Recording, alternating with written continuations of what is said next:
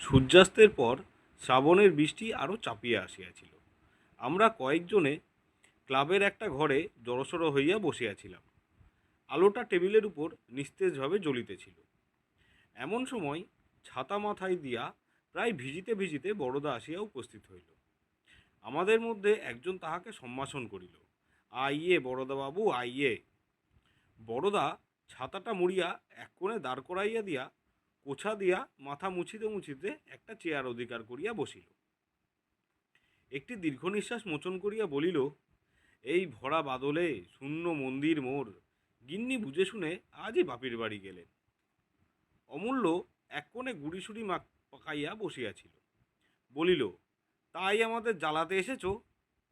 বড়দা ওদিকে কর্ণপাত না করিয়া বলিল, বাড়িটা ভারী ফাঁকা ফাঁকা ঠেকিতে লাগিল, তাই। মিনিট দুই নীরব থাকিয়া বুক পকেটের ভেতর হইতে সিগারেটের বাক্স বাহির করিয়া একটা সিগারেট ধরাইল। বলিল, আজকের বৃষ্টি দেখে একটা পুরনো গল্প মনে পড়ছে। এই সারলে। অমূল্য উঠিয়া দাঁড়াইয়া বলিল, একটুতে নিশ্চিন্ত হয়ে ক্লাবে বসবো তারও জো নেই। আমি বাড়ি চললুম। ঋষি, তোমার ছাতাটা যদি দাও। ঋষি ঘাড় নাড়িয়া বলিল, হুম, আমাকেও তো বাড়ি যেতে হবে। বৃষ্টি আজ রাতে থামবে বলে মনে হচ্ছে না। অমূল্য ব্যাকুল চোখে ঘরের চারিদিকে একবার তাকাইয়া দেখিল, কিন্তু ছাতার স্বত্বাধিকারী কাহারও মুখে করুণার কণামাত্র না দেখিয়া হতাশভাবে আবার চেয়ারে বসিয়া পড়িল। পৃথ্বী জোরে হাসিয়া উঠিল। অমূল্য, কপালে লিখিতং ঝাঁটা, কোন শালা কিং করিষ্যন্তি। বড়দার গল্পটা শুনেই যাও। অমূল্য জবাব দিল না। বড়দা আরম্ভ করিল, কয়েক বছর আগেকার কথা। সেবারও এমনই নিদারুণ বর্ষা। ভাসছে খালবিল, ভাসছে বিলকুল, ঝাপসা ঝাপটাই হাসছে জুঁইফুল। আমার মাস্তুতো ভাইয়ের বিয়েতে বরযাত্রী গিয়েছি। দাদা বিয়ে করলেন বাংলাদেশের এক অতি পুরনো পচা পাড়াগায়। আমাদের কারোর মত ছিল না, কিন্তু প্রজাপতি শুনলেন না, অগত্যা সেখানেই যেতে হলো। একে পল্লীগ্রাম, তাই বর্ষাকাল। সে দৃশ্য বর্ণনা করা আমার সাধ্য নয়। সুবিধের মধ্যে রেলের স্টেশন ক্রোশখানেকের মধ্যেই ছিল। স্টেশনে নেমে সকলে পদব্য যে কনের বাড়ির দিকে যাত্রা করল, কারণ জানা গেল যে মধ্যে একটা পুল ভেঙে গিয়ে পথ গরুর গাড়ির পক্ষেও দুর্গম হয়ে উঠেছে। পুরোহিত ন্যায়রত্ন মশাই সঙ্গে ছিলেন। কাদার মধ্যে তার এক পাটি খড়ম অন্তর্হিত হলো দেখে আমরা আপন আপন জুতো খুলে বগলে নিলুম। তারপর অনেক বাধা বিয়ের ভাড়া কাটিয়ে যখন মেয়ের বাড়ি উপস্থিত হলুম, তখন বর থেকে নাপিত পর্যন্ত কাউকে চেনা গেল না। কেবল মেসোমশাই গোপ থেকে কাদা নিংড়াতে নিংড়াতে কাকে খিচোচ্ছিলেন। গলার আওয়াজে তাকে ধরে ফেললুম। এই এক ক্রোশ পথ পায়েসের মতো কাদার মধ্যে দিয়ে হেঁটে বেশ পরিশ্রম হয়েছিল। তাই কন্যাপক্ষ যখন মুগের ডালের খিচুড়ি আর হাঁসের ডিম ভাজা দিয়ে আমাদের অভ্যর্থনা করলেন, তখন কিছু অতিরিক্ত মাত্রায় খেয়ে ফেললুম। আহার আনতে কিন্তু বড় কষ্ট পেতে হলো। আমরা সংখ্যায় বরযাত্রী প্রায় 20 জন ছিলাম। যে ঘরটিতে আমাদের বিশ্রাম করতে দেয়া হলো, তাতে শোয়া নয়, ঠাসাঠাসি করে কোনো রকমে 20 জন বসতে পারে। গুরুভোজনের পর সকলের মনেই একটু গড়াবার ইচ্ছা ছিল, কিন্তু তা আর ঘটে উঠল না। শুধু শীর্ণদেহ ন্যায়রত্ন মশাই কোনো মতে একটা কুণ্ডুলি পাকিয়ে শুয়ে পড়লেন, আর সকলে পান তামাক খেয়ে গল্পগুজবে সময় কাটাতে লাগলো। একদিকে কয়েকজন ছোকরা তাস নিয়ে বসে গেল। আমার কিন্তু বড় বিরক্তি বোধ হতে লাগলো। জানলার ধারে বসে মন খারাপ করে ভাবতে লাগলুম, দিনের বেলা তো যা হোক হলো, রাত্রেও কি ওই একই ব্যবস্থা নাকি? গোধূলি লগ্নে বিয়ে, সুতরাং রাত্রে ঘুমাবার কোনো বাধা নেই। দাদা না হয় বাসর ঘর আলো করে শালি আর দিদি শাশুড়ির সঙ্গে রসিকতা করে রাত কাটাবেন, কিন্তু সেজন্য আমার সারা রাত জেগে পাহারা দেওয়ার তো কোনো দরকার নেই। তাই বাড়ির একজনকে ডেকে জিজ্ঞাসা করলুম, রাত্রে শোয়ার ব্যবস্থা কীরকম? তিনি বললেন, পাড়াগায়ে বাড়ি ভাড়া পাওয়া যায় না, অতি কষ্টে এই বাড়িটি সংগ্রহ করা হয়েছে। এর আরেকটি ঘরে জিনিসপত্র আছে, রাত্রে খালি করে দেয়া হবে। শুনে বড় ভরসা হলো না। 20 জনে শোয়ার জন্য মাত্র 2টো ঘর। অন্যমনস্কভাবে বাইরের অবিশ্রাম বাড়িধারার দিকে চেয়ে চেয়ে কিছু দূরে একটি অন্ধকার দর্শন ছোট বাড়ি চোখে পড়ল। বাড়িতে কেউ আছে বলে বোধ হয় না। দরজা জানলাগুলো সব বন্ধ। আগে বোধহয় বাড়িখানার হলদে রং ছিল, এখন সবুজ বর্ণ হয়ে দাঁড়িয়েছে। দেওয়ালের স্থানে স্থানে চুন বালি খসে গিয়ে ঘায়ের মতো দেখাচ্ছে। আমি জিজ্ঞেস করলুম, ওই বাড়িটি কার? ভদ্রলোক হেসে বললেন, আপাতত ভূতের। একটি একটু বিস্মিত হয়ে তাকে প্রশ্ন করতে তিনি যা বললেন তার মর্ম এই: কিছুকাল পূর্বে ওই বাড়িটি এক ভদ্রলোকের ছিল। অবশ্য তার নিজের তৈরি নয়, পৈতৃক সম্পত্তি। তিনি গ্রাম থেকে ক্রোশ 2 দূরে জমিদারের কাছারিতে 15 টাকা বেতনে গোমস্তা ছিলেন। সংসারে কেবল স্ত্রী আর এক মেয়ে ছিল। বাবু মদ খেতেন, অনেক সময় মাতাল হয়ে স্ত্রীকে প্রহারা দিয়েও করতেন, কিন্তু মেয়েটি তার বড় আদরের ছিল। জীবনে একবার ছাড়া আর কখনো তার গায়ে হাত তোলেননি।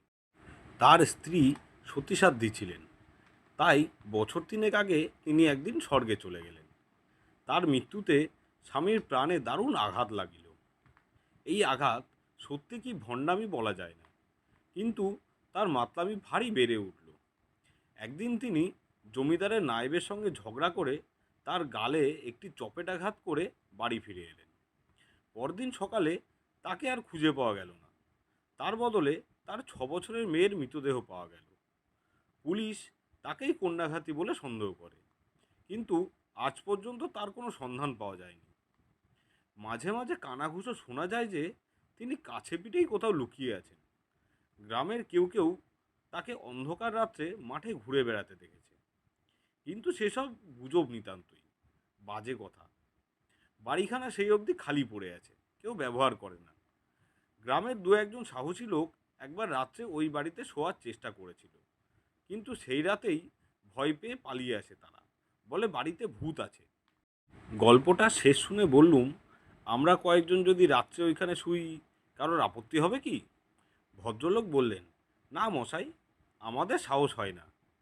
আমি বললুম, আমাদের যদি সাহস হয় তাহলে আপনাদের হতেই বা বাধা কি? আর সকলের দিকে ফিরে বললুম, ওহে, তোমরা কেউ ভূতের বাড়িতে শুতে রাজি আছো? সকলেই ব্যাপার কি জানতে চাইল, কিন্তু সমস্ত শুনে আমার মতো 2-3 জন ছাড়া আর কেউ রাজি হলো না। যা হোক, সন্ধ্যার আগে বৃষ্টি একটু ধরেছে। আমরা বাড়িখানা দেখতে গেলাম। বাড়িতে তালা লাগানো ছিল। সেই ভদ্রলোকটি তার চাবি জোগাড় করে আনলেন। দরজা খুলে ঘরে ঢুকতেই ভেতরকার বন্ধ অন্ধকার যেন বন্য জন্তুর মতো আমাদের ঘাড়ে লাফিয়ে পড়ল। স্যাঁতসেঁতে ভিজে একটা দুর্গন্ধ নাকে এসে ঢুকল। তাড়াতাড়ি পাশের একটা জানলা খুলে দিতেই বাইরের মলিন আলো ম্রিয়মাণভাবে ঘরে ঢুকল। দেখলুম মেঝের উপর প্রায় 1 ইঞ্চি পুরো ধুলো পড়েছে।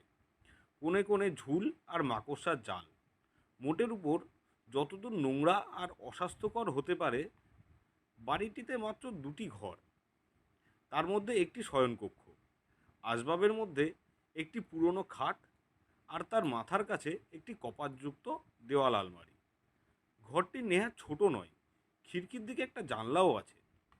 দেখে শুনে সঙ্গীদের মধ্যে একজন হাসবার চেষ্টা করে বললেন, না হে, আজ রাতে আর শোয়ার দরকার হবে না, তাসপাশা খেলে কাটিয়ে দেওয়া যাবে, কাজ কি বাবা। ভদ্রলোকটি সঙ্গে ছিলেন, তিনি হেসে মুখ ফিরিয়ে নিলেন। আমি বললুম, বেশ, তোমরা তাসপাশাই খেলো, আমার কিন্তু না ঘুমোলে চলে না। ভদ্রলোকটিকে বললুম, আপনি দয়া করে একটা চাকর পাঠিয়ে দেবেন, ঘরটা ঝাড় দিয়ে বিছানা করে দেবে। ভদ্রলোকটি এবং তার সঙ্গীরা ক্ষীণভাবে একবার বাধা দিলেন, কিন্তু আমার জেদ চেপে গেছে দেখে আর কিছু বললেন না। রাত্রে শুভকর্ম যথাসময়ে শেষ হলো। 10:30টার পর খাওয়া দাওয়া সাঙ্গ করে লণ্ঠন হাতে একলা শুতে গেলুম।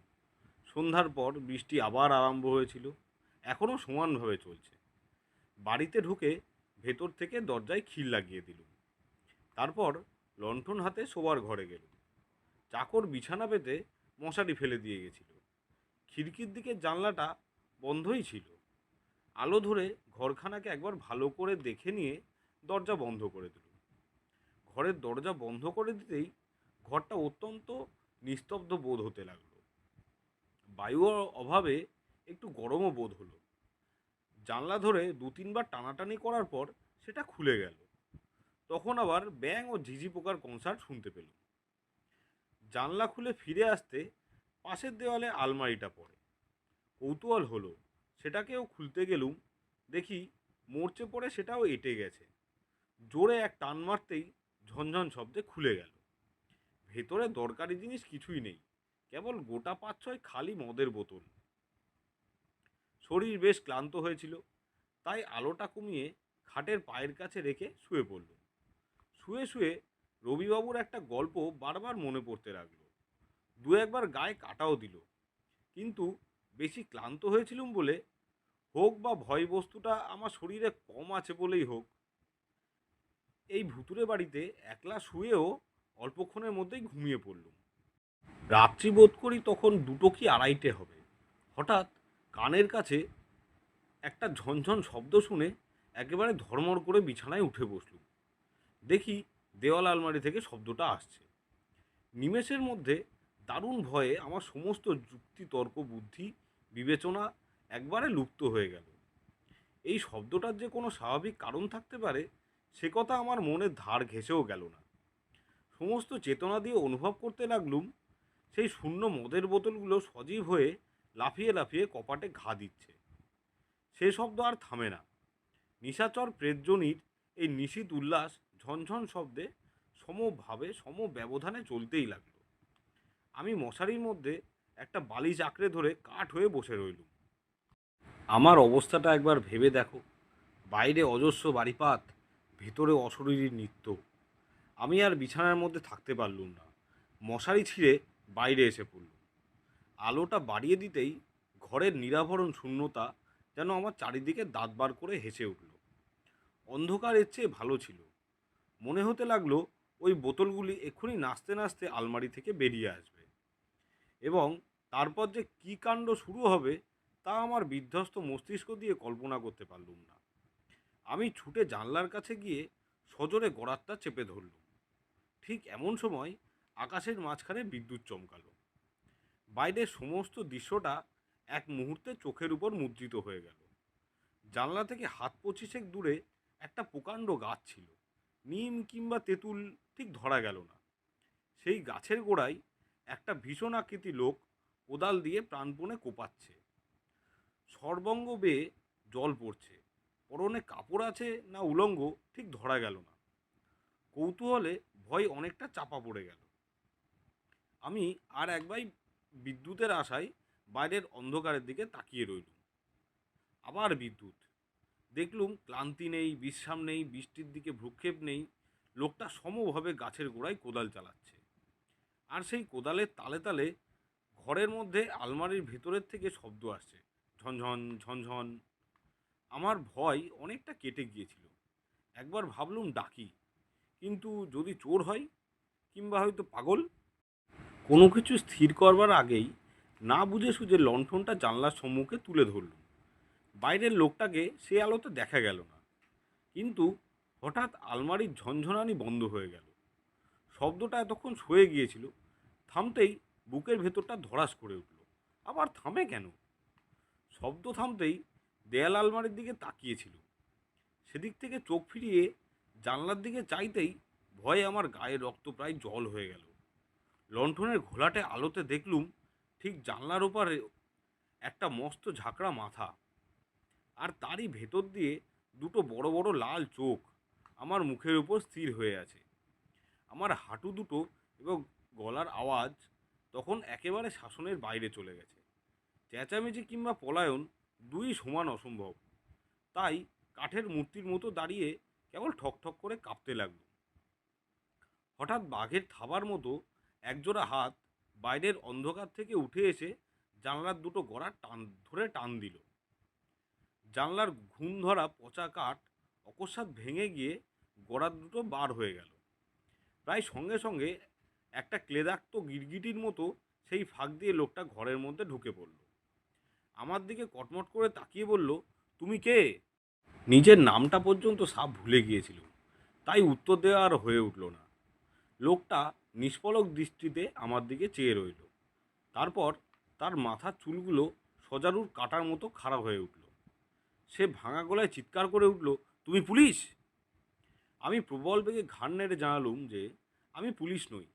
আশ্চর্য, লোকটা তখনই অকপটে তাই বিশ্বাস করে মাটিতে বসে পড়ল। কোমরে একটা শতচ্ছিন্ন ন্যাকড়া জড়ানো ছিল মাত্র। একবার ঘরের চারিদিকে তাকিয়ে বলল, 3 মাস মদ খাইনি, বুক ফেটে যাচ্ছে, আমাকে একটু মদ দিতে পারো? বেশি নয়, একটি গ্লাস। এমন বুক ফাটা মিনতি আর কখনো শুনেছি বলে মনে হয় না। বোধ হলো মদের দুর্নিবার পিপাসা লোকটাকে পাগল করে দিয়েছে। একটা সন্দেহ গোড়া থেকেই আমার মনে উকি মারছিল। আমি বললুম, মদ তো নেই, কিন্তু আপনিই কি?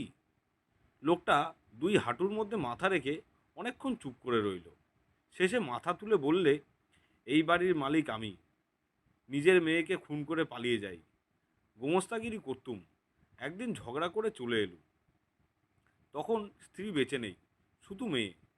বাড়ি আসতেই মেয়েটা বলল, বাবা, খেলা করতে করতে পায়ের মল গাছতলায় কোথায় পুঁতে রেখেছিলুম, আর খুঁজে পাচ্ছি না। আমার মাথায় রাগ চড়েই ছিল। মারলুম মেয়েটার রগে এক চড়। মেয়েটা সেখানে পড়েই মরে গেল। সেই থেকে পুলিশের ভয়ে পালিয়ে বেড়াচ্ছি। মেয়েটা মরেছে, যাকগে, কিন্তু তার মল কগাছা কিছুতেই খুঁজে পাচ্ছি না। এই বলে লোকটা লাফিয়ে উঠে একবার আলমারির দিকে ছুটে গেল। খালি বোতলগুলো পেরে পেরে মাটিতে আছাড় মেরে ভাঙতে লাগলো। তারপর উন্মত্ত একটা চিৎকার করে যে পথে এসেছিল সেই পথেই বেরিয়ে গেল। মিনিট 2 ঘর একেবারে নিস্তব্ধ। তারপর আলমারির কাচের কপাট দুটো সজোরে শব্দ করে উঠল, ঝনঝন ঝন। বড়দা নীরব হইল। অমূল্য শেষ করিয়া বলিল, ব্যাস এই গল্প, খালি ঝনঝন ঝন? বড়দা বলিল, আর একটু বাকি আছে। শেষ রাতে একটু তন্দ্রা এসেছিল। হঠাৎ চমক ভেঙে গেল। দেখলুম ঘর একেবারে অন্ধকার, আলোটা কখন নিভে গেছে। অনেকক্ষণ কান খাড়া করে শুয়ে রইল, কিন্তু খোলা জানলা দিয়ে ঝিঝির শব্দ ছাড়া আর কিছুই কানে এলো না। শেষ রাতে ঠান্ডা হওয়ার কুণ্ডলি পাকিয়ে আবার ঘুমিয়ে পড়লুম। সকালবেলা উঠে দেখি বালিশের তলা থেকে সোনার ঘড়ি আর মানিব্যাগ চুরি গেছে। আজকের গল্প শরদিন্দু বন্দ্যোপাধ্যায়ের প্রেতপুরী। শরদিন্দু বন্দ্যোপাধ্যায়ের জন্ম 1899 সালে, মৃত্যু 1970 সালে। বাংলা সাহিত্যে শরদিন্দু বন্দ্যোপাধ্যায় একটি বিশাল ব্যক্তিত্ব। ব্যোমকেশ বক্সীর স্রষ্টা তো বটেই, এছাড়া লিখে গেছেন অজস্র ছোট গল্প, দুর্দান্ত কয়েকটি উপন্যাস, কিশোরদের জন্য গল্প এবং চিত্রনাট্য। আজকের গল্প প্রেতপুরী গল্পটি আমরা নিয়েছি শরদিন্দু অমনিবাস পঞ্চম খণ্ড থেকে।